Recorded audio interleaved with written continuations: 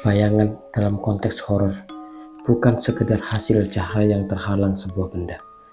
Ia sering dimaknai sebagai simbol kehadiran yang tak kasat mata, atau sebuah entitas yang hanya berani menampakkan dirinya lewat siluet gelap.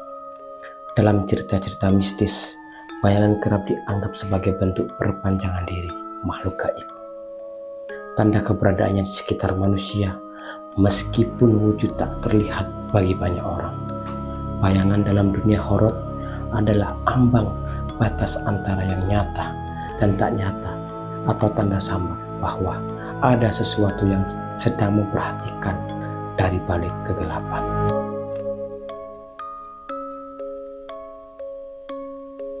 Assalamualaikum warahmatullahi wabarakatuh. Selamat malam sobat penakut dimanapun kalian berada. Malam kali ini saya akan menceritakan kisah nyata tentang bayangan menjadi teman. Kisah ini dikirimkan oleh sobat penakut, sebut saja Virgi. Sebut saja dalam cerita ini Virgi. Sekitar 2 tahun yang lalu, Virgi ini mengalami 2 kejadian horor. Awal mulanya ketika Virgi ini stres karena tugas sekolah yang menumpuk, sehingga dia memutuskan untuk begadang selama seminggu. Pada hari kedua, dia mulai merasakan ada yang selalu memperhatikannya dan menemaninya. Padahal pada saat itu orang rumah sudah pada tidur karena sudah tengah malam.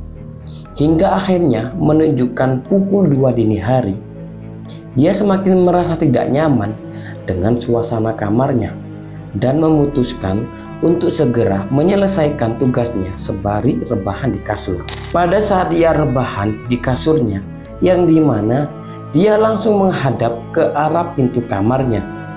Lalu di depan pojok kanan kasur ada jendela yang langsung mengarah ke dapur. Sembari ia scroll TikTok, tiba-tiba ia merasa ada sosok wanita berbaju putih, berambut panjang, berparas cantik ada di depan jendela dengan wujud sedikit samar. Ketika dia lihat lebih dekat, seketika sosok tersebut hilang entah kemana.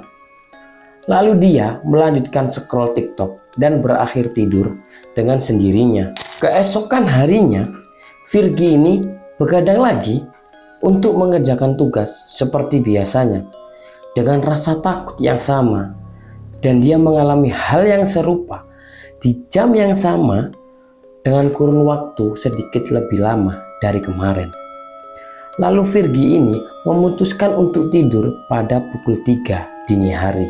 Pada hari ketiga, si Virgi mengalami hal yang serupa hingga seminggu lamanya. Lalu dia memberanikan diri untuk menceritakan kepada ibunya, karena sosok tersebut terus berani menampakkan diri dengan bentuk tidak samar lagi. Dan si Virgi ini tinggal bersama ibu dan kedua adiknya. Sedangkan ayahnya kebetulan sedang stay atau bekerja di luar kota pada saat itu.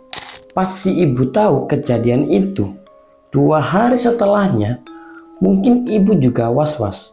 Akhirnya, ibu cerita ke yang bisa dibilang melihat makhluk tak kasat mata. Dan waktu ibu cerita ke si Virgi, dia mulai melihat dan katanya sudah sempat berinteraksi dengan makhluk yang menampakkan dirinya pada waktu itu. Kata Virgi, ternyata sosok wanita yang selalu menampakkan dirinya ke Virgi waktu itu pada jam 2 dini hari, itu sosok baik yang datang buat untuk nemenin Virgi belajar biar gak sendirian, ujar si yang katanya sudah berinteraksi dengan makhluk tersebut. Setelah tahu itu, si Virgi ini udah mulai gak pernah begadang lagi. Sosok tersebut udah gak datang lagi. Virgi agak sedih dan takut sebenarnya. Si Virgi cuma mau berterima kasih sama sosok yang tahu-taunya udah gak nemenin si Virgi begadang saat ngerjain tugas. Mungkin sampai di sini saja cerita dari sobat penakut yang menceritakan tentang bayangan menjadi teman.